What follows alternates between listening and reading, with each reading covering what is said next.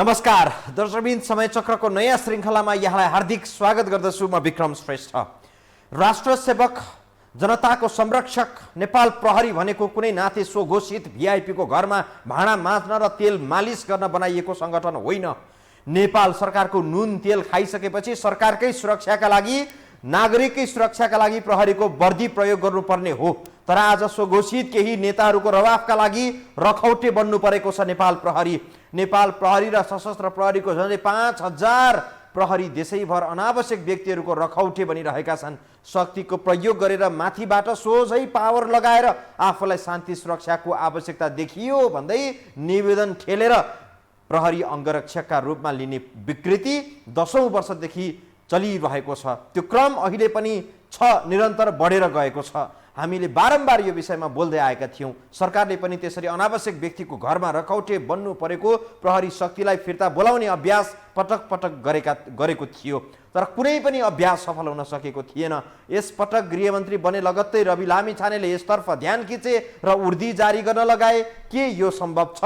आजको समय चक्रमा के छ कार्यविधिको व्यवस्था? यो सन्दर्भमा त्यो प्रसङ्गसहित उपस्थित हुँदैछौँ। सुरुमा हेर्नुहोस् यो रिपोर्ट। गएको पुस 10 गते गृहमन्त्रीको रूपमा रवि लामिछानेले पदभार ग्रहण गरेसँगै त्यसको 2 दिनपछि 12 गते गृह मन्त्रालयले एउटा विज्ञप्ति जारी गर्यो। मन्त्रालयले कार्यविधि विपरीत विभिन्न व्यक्तिको सुरक्षामा खटिएका सुरक्षाकर्मीलाई 48 घण्टाभित्र फिर्ता बोलाउन नेपाल प्रहरी, सशस्त्र प्रहरी लगायतका सबै सुरक्षा निकायलाई निर्देशन दियो। गृह मन्त्रालयबाट कार्यविधि अर्थात् नियम विपरीतका सुरक्षाकर्मी फिर्ताका लागि परिपत्र गरिएको यो पहिलो पटक भने होइन। तर गृहमा रवि लामिछानेको इन्ट्रीसँगै भिआइपीको सुरक्षा खोज्ने विषयको विज्ञप्तिले आम जनमानसमा भने रविले नौलो काम गरे भन्ने बुझाइ छ। 48 घण्टाका लागि तोकिएको समय सकिँदा 194 जना सुरक्षाकर्मी फिर्ता भएका छन्, जसमध्ये नेपाल प्रहरीका 103 र सशस्त्र प्रहरी बलका 91 जना रहेको गृहमन्त्री रवि लामिछानेको सचिवालयले जनाएको छ, जुन कार्यविधि विपरीत खटिएका सुरक्षाकर्मीको सानो हिस्सा मात्रै हो। सिङ्गम शैलीमा एकैपटक सबैलाई नथी लगाउँछु भनेर थिति बसाल्न खोजेका लामिछानेलाई के थाहा, त्यही गृह मन्त्रालयभित्र पनि वर्षौंदेखि सप्रिएको मुलाले जरा गाडेको शैलीमा कर्मचारीहरू नियम विपरीत अगाडि पछाडि सुरक्षाकर्मी राखेर ठाँट पल्टिएर हिँडिरहेका छन्। नेपाल प्रहरी र सशस्त्र प्रहरी बलका सुरक्षाकर्मी दुरुपयोगमा गृह मन्त्रालयका कर्मचारी पनि संलग्न छन्। गृहका कर्मचारीले कार्यविधिले निश्चित गरेको मापदण्ड विपरीत अङ्गरक्षक र चालक लिने गरेका छन्। 2077 को कार्यविधि अनुसार बहालवाला तथा पूर्व पदाधिकारी मध्ये निश्चितलाई मात्रै सेना प्रहरी र सशस्त्रका अङ्गरक्षक, सवारी तथा इन्धन सहितको सुविधा तोकिएको छ। तर सत्ता, शक्ति र पहुँचका भरमा यति बेला सुरक्षाकर्मीलाई भिआइपी भनिनेहरूले चालकदेखि भान्सेसम्म बनाएर राखेका छन्।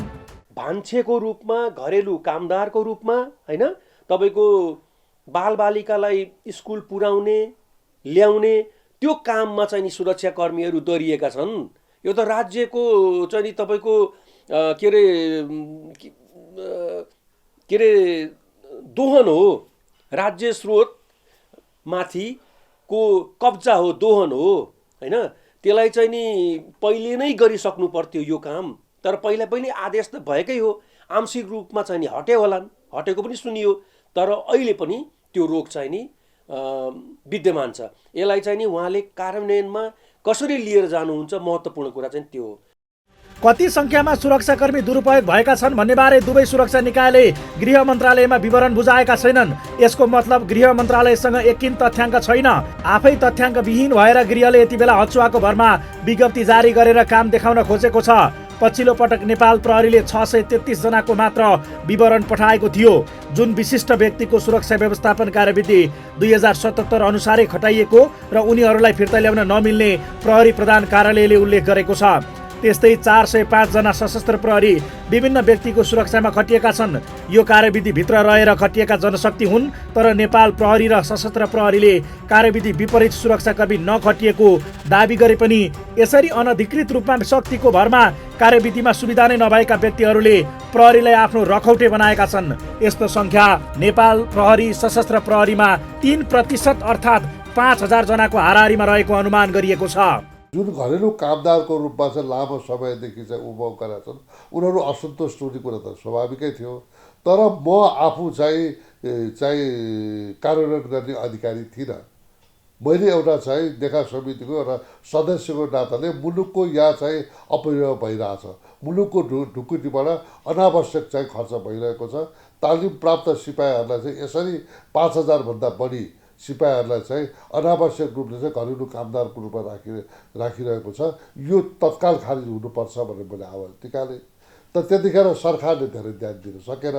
दुवै प्रहरी संगठनले मन्त्रालयको निर्णय कार्यान्वयन गर्ने अवस्था आए। नियम विपरीत विशिष्ट व्यक्तिदेखि नेता र व्यापारीसम्मको सुरक्षामा खटिएका करिब 500 सुरक्षाकर्मी फिर्ता हुने अनुमान गरिएको छ, जसमा नेपाल प्रहरीका करिब 400 र सशस्त्रका करिब 100 सुरक्षाकर्मी सो घोषित भिआइपीहरूले आफ्नो रबाब देखाउनका लागि रखौटे बनाएका छन्। उसोता कार्यविधि विपरीत राखिएका भिआइपीको सुरक्षाकर्मी फिर्ता गर्ने विषयमा तत्कालीन गृहमन्त्री रामबहादुर थापा बादलले पनि तदारुकता देखाएका थिए।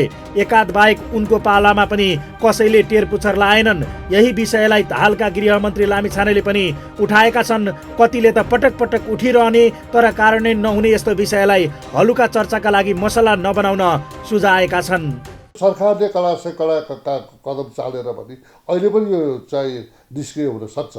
त्यसकारणले अहिले जसले चाहिँ कार्यविधि भन्दा ऐन कानुन भन्दा ऐनले कानुनले पाउने सुविधाभन्दा बढी लिएको छ कुनै पनि सुविधा, त्यो सुविधालाई चाहिँ हामीले चाहिँ निष्क्रिय पार्नुपर्छ भनेर कार्यान्वयन पक्षलाई हामीले यसलाई चाहिँ अभियानको रूपमा लिएर गयो भने यो चाहिँ सफल हुन्छ। होइन भने अब यो चाहिँ भन्दैमा सफल हुँदैन। त्यसकारण चाहिँ अब राख्नेले पनि यो कार्य गर्नु भएन। यो गैर जिम्मेवारीपूर्ण कार्य हो, गैर कानुनी हो। मलाई चाहिँ कानुनले नदिएको सुविधा त मैले लिनु हुँदैन। कानुनले मलाई चाहिँ घरेलु कामदारको रूपमा फौजी राख्नुमा त सुविधा दिएको छैन। साँच्चै जिम्मेवार व्यक्तिले नैतिकता देखाउने हो भने सायद यस्ता सामान्य विषयमा मन्त्रालयले समय व्यतीत गर्नुपर्ने पनि थिएन होला। तर विडम्बना, अगौटे पछौटे देखाएर आडम्बरमा रमाउन पल्केकाहरू किन छोड्थे र? पावर र पहुँचको भरमा मौखिक आदेशमै सो घोषित भिआइपीहरू सुरक्षाकर्मी अघि पछि लाएर हिँडिरहेका छन्।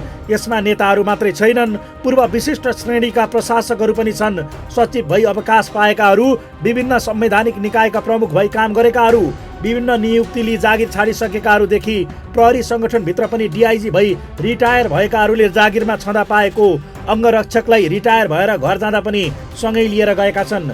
उनीहरूले जति पटक ताकेता गर्दा पनि अटेर गरिरहेका छन्। प्रहरीमा विशिष्ट तह अर्थात् एआइजी र आइजिपी भएर अवकाश पाएकालाई मात्रै आजीवन अङ्गरक्षक दिने व्यवस्था छ, तर थुप्रै रिटायरवाला डिआइजीहरूले पनि अङ्गरक्षक बोकेर हिँडिरहेका छन्। अधिकांशले प्रहरीलाई आफ्नो ड्राइभर बनाएर राख्ने गरेका छन्।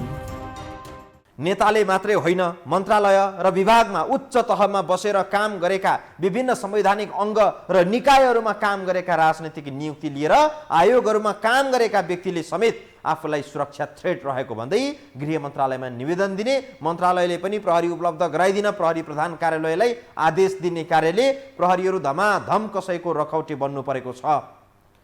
अरू त अरू प्रहरीका उच्च अधिकृतहरूले समेत रिटायर्ड भएपछि त्यसै गरी प्रहरीलाई घरमै लिएर जाने र ड्राइभर बनाउने गरेका छन्। पदमा रहँदा सरकारी गाडी ड्राइभरदेखि सारा सुविधामा पालिएकाहरू रिटायर्ड लाइफमा समेत यस्तै रवाफ खोज्दा नेपाल प्रहरी घर घरमै बिलाएका छन्। दुःखको कुरा आज त्यही गृह मन्त्रालयसँग पनि कुनै स्पष्ट तथ्याङ्क छैन कुन प्रहरी कहाँ कसकोमा कति खटिएका छन् भनेर। यही लथालिङ्ग अवस्था सिर्जना भएपछि 77 सालमै गृह मन्त्रालयले एउटा कार्यविधि बनाएको थियो। त्यो कार्यविधि अनुसार कस्तो छ मापदण्ड त्यो देखाउने ब्रेकपछि।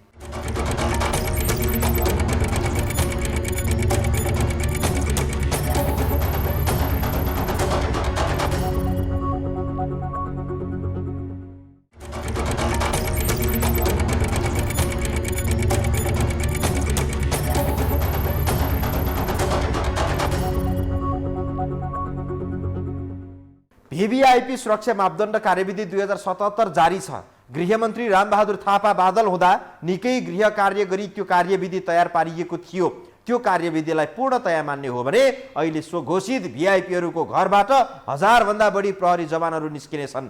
तर यसतर्फ कसैले चासो दिएनन्। अरू त अरू त्यसरी खटिन पुगेका प्रहरीले समेत चुइक्क बोलेनन् यो विषयमा र विषयलाई बाहिर ल्याउन चाहन्नन्, किनकि सरुवा भएर कतै दुर्गममा जानु पनि नपर्ने, कुनै आन्दोलन र जुलुसमा ड्युटी गर्न पनि नपर्ने, लट्ठी बोकेर बन्दुक बोकेर हिँड्न पनि नपर्ने, घामपानीको चिन्ता पनि नहुने, वर्दी लगाएर चिसोमा कठ्याङ्ग्रिँदै ड्युटी पनि गर्नु नपर्ने भएपछि ती जवानलाई पनि हाइसन्चो मजाले भिआइपीको घरमा बसेको छ, मिष्ठान्न भोजन गरेको छ, कतै केही भनसुन गर्नु परे पनि पावर लगाउन पाइएकै छ। यति सुविधा भएपछि कसैको रखौटे बन्न पनि सम्भवतः तिनलाई गाह्रो नपर्ला। नत्र कसैको रखौटे नबन्न हेडक्वार्टरमा किन निवेदन दिन नसकेका यिनले? हेरौँ बाँकी यो रिपोर्टमा।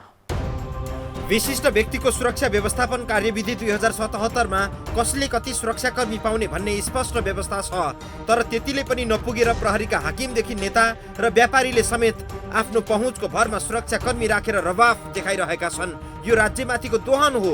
एउटा तालिम प्राप्त जवान उत्पादन गर्न राज्यले लाखौं रुपैयाँ खर्च गरेको हुन्छ र समय पनि, तर अहिले त्यही जवानलाई हाकिम भन्नेहरूले घरमा घरेलु कामदारको रूपमा राखेर भाडा मजाइरहेका छन्।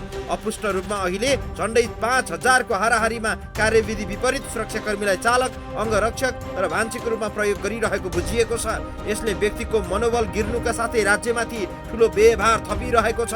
अहिलेको विद्यमान परिदृश्य हेर्दा पनि सिफारिस र विश्लेषणका आधारमा नभई तजबिज र आदेशबाट अङ्गरक्षक र चालक, भान्चे लगायत सरकारी कर्मचारी पहुँचवालाको घरमा खटिरहेको थितो यथार्थ छ।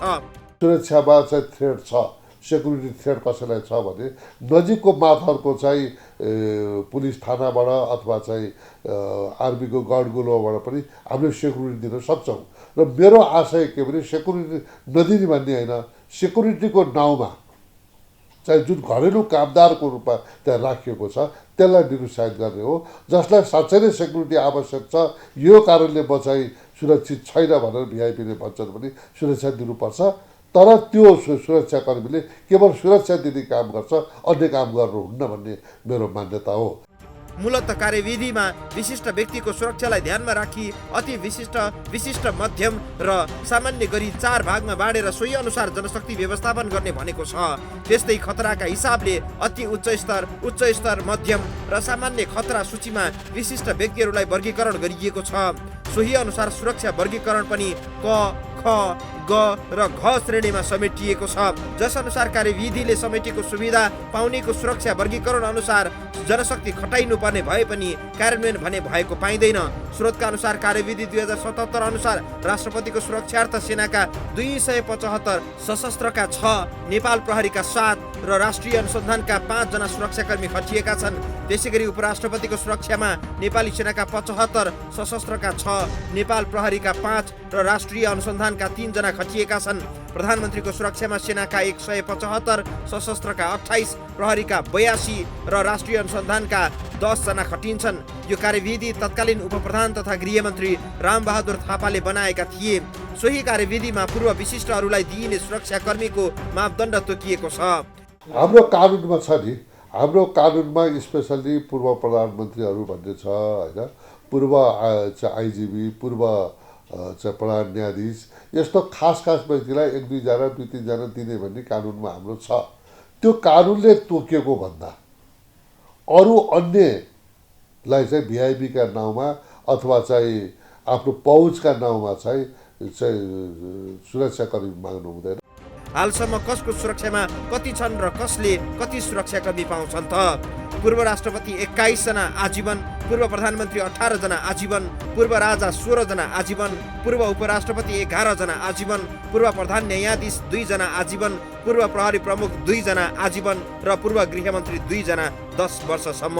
त्यस्तै अहिलेको अवस्थामा पूर्व प्रधानमन्त्री केपी शर्मा ओलीसँग 16 जना सुरक्षाकर्मी छन्, कृष्णबहादुर महरासँग 6 जना, रामबहादुर थापासँग 16 जना र शक्तिबहादुर बस्नेतसँग 12 जना सुरक्षाकर्मी छन्।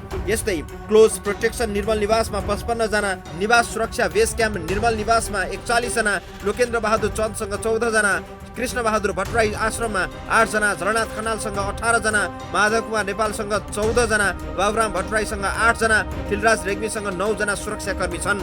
सुभाष चन्द्र नेवाङसँग 6 जना, ओन्सरी घरती मगरसँग 6 जना, अग्नि सापकोटासँग 6 जना, वामदेव गौतम 13, भीम रावल 14, रामचन्द्र पौडेल 14 जना र विमलेन्द्र निधि 11 जना सुरक्षाकर्मी सहित बसिरहेका छन्। प्रकाशमान सिंह 14, विजय कुमार गच्छेदार 13, गोपालमान श्रेष्ठ 7, कृष्ण प्रसाद सिटौला 13, कमल थापा 13, जनार्दन शर्मा 12, खुमबहादुर खड्का जसको निधन भइसकेको छ उनको निवासको रेखदेखका लागि अझै 3 जना सुरक्षाकर्मी छन्। पूर्णबहादुर खड्का 12 जना, गोविन्द राज जोशी 7 जना, रामशरण महत 6 जना, प्रकाश शरण महत 8 जना, सुरेन्द्र पाण्डे 2 जना, अर्जुन नरसिंह केसीले 3 जना, अमरेश कुमार सिंहले 3 जना, देवीराम शर्माले 4 जना सुरक्षाकर्मी राखेका छन्। युवराज संग्रौला 1 जना, नारायण गोपाल मलेगो 1 जना, सुजाता कोइराला 1 जना, जितेन्द्र नारायण देव 1 जना, शङ्कर पोखरेल 1 जना, लालबाबु पण्डितले 1 जना राखेका छन्। लालबाबु पण्डितले त 1 जना सुरक्षाकर्मीलाई आफ्नो ड्राइभरको रूपमा लामो समयदेखि प्रयोग गर्दै आइरहेका छन्। महेश बस्नेत, रेखा शर्मा, हरिशरण कुडासैनी, सूर्यप्रसाद कोइराला, नवीन कुमार घिमिरे, बलराम बास्कोटा, कमल नयन आचार्य, मोतीलाल बोहराले 1-1 जना सुरक्षाकर्मी राखिरहेका छन्।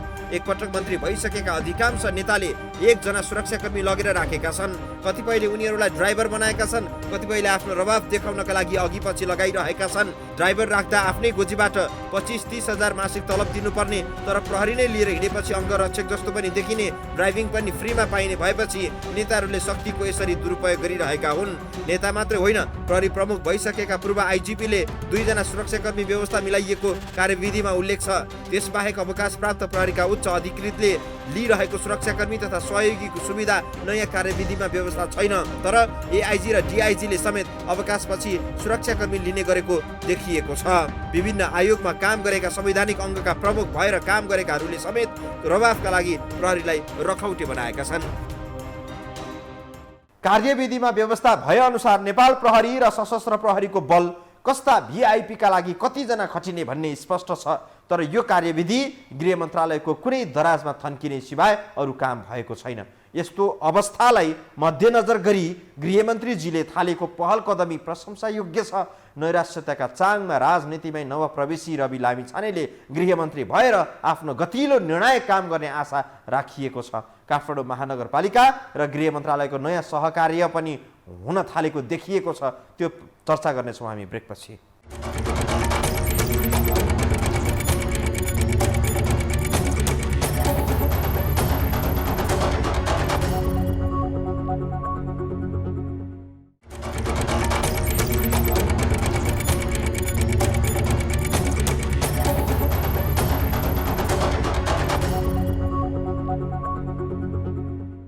राजनीतिक दलदलमा राज्यका सबै संयन्त्रहरू कोल्याप्स हुन लागेको बेला स्वतन्त्र र वैकल्पिक भनिएका शक्तिहरू उदाए। काठमाडौँ महानगरपालिकामा बालेन शाहको राज सुरु भयो। राज्यको उपल्लो तहमा धमाधम वैकल्पिक धारका राजनीतिक व्यक्तिहरू उदाउन थाले। काठमाडौँ महानगरपालिकाले केही समयदेखि नै काठमाडौँका केही नयाँ परिवर्तन र हेपाह प्रवृत्तिका विरुद्ध धक्का प्रहार गरिरहेको छ। तर एक्लै उसको धक्का पर्याप्त बन्न सकिरहेको थिएन। मुख्यतः सुकुम्बासी बस्ती हटाउने सन्दर्भमा गृह मन्त्रालयको एक्सन अथवा सहयोग जरुरी ठान्यो महानगरपालिकाले। गृहमन्त्री एक्सनमा उत्रिन थालेको देखेपछि महानगरपालिकाका मेयर बालेन शाहले पनि आफ्नो अभियानमा गृह मन्त्रालयको आठ भरोसाको अपेक्षा गरेको छ। बाँकी हेरौँ यो रिपोर्टमा। गएको मङ्सिर 12 गते काठमाडौँ थापाथली सुकुम्बासी बस्तीमा डोजर लिएर पुग्दा झडप भएपछि क्षति बिहोरेको काठमाडौँ महानगरपालिका झन्डै 1 महिना चकमन्न भयो। सम्भवतः सुकुम्बासी बस्ती ओटेर बसेकाहरूले पनि युद्ध जितेको महसुस गर्न पाए। तर बितेको 1 महिनापछि महानगरपालिकाले अनाधिकृत रूपमा रहेको बस्ती हटाउन गृह मन्त्रालयसँग गुहार मागेको छ। आफ्ना नगर प्रहरीको थापलमा बजारिएको इँटा र घाइते भई रक्ताम्य भएका जवान देखेर केही समय ब्याग भए पनि संरचना हटाउन महानगरले पछि नहट्ने सङ्केत गरेको छ। जसका लागि महानगरले आज गृह मन्त्रालयलाई पत्र लेख्दै आवश्यक सुरक्षा व्यवस्था मिलाइदिन अनुरोध गरेको छ। गृहलाई लेखिएको महानगरको पत्रमा भनिएको छ, थापाथली स्थित उल्लेखित क्षेत्रमा रहेका अनाधिकृत संरचना हटाई त्यहाँ सौन्दर्यीकरणको कार्य तत्काल सुरु गर्ने कार्यक्रम रहेकाले सो संरचना हटाउन आवश्यक सहयोग र समन्वयका लागि अनुरोध छ। यस महानगर क्षेत्रभित्रका विभिन्न स्थानमा सार्वजनिक क्षेत्र अतिक्रमण गरी निर्माण भएका अनाधिकृत संरचना हटाउने कार्य अभियानकै रूपमा अगाडि बढाउनु पर्ने देखिन्छ।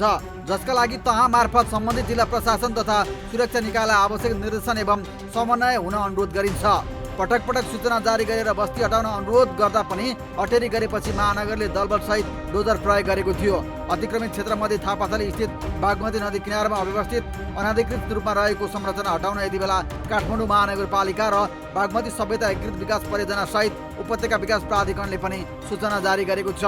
अगाडि बढिरहेको अवस्था छ भने भोलिका दिनमा पनि यी कार्यहरू अगाडि नै बढ्छन्। र मात्र यति छ कि अहिले बसोबास गरिरहेकाहरूलाई अब के गर्ने त भन्दाखेरि यो सम्बन्धित निकायहरू सबैको ध्यान आकर्षण हुनुपर्छ। जसले जसले हामी सुकुम्बासी आयोग गठन गरिएको छ उहाँहरूको पनि एउटा निर्णय आउनु पर्यो, त्यो ढिलो गर्नु भएन, छिटो आउनु पर्यो। त्यसपछि आयो बागमती सभ्यतालाई पनि अब उहाँको प्लान चाहिँ अगाडि आउनु पर्यो। भूमि आयोगले पनि छिटो चाहिँ उहाँको नीति अनुसारको काम गर्नु पर्यो।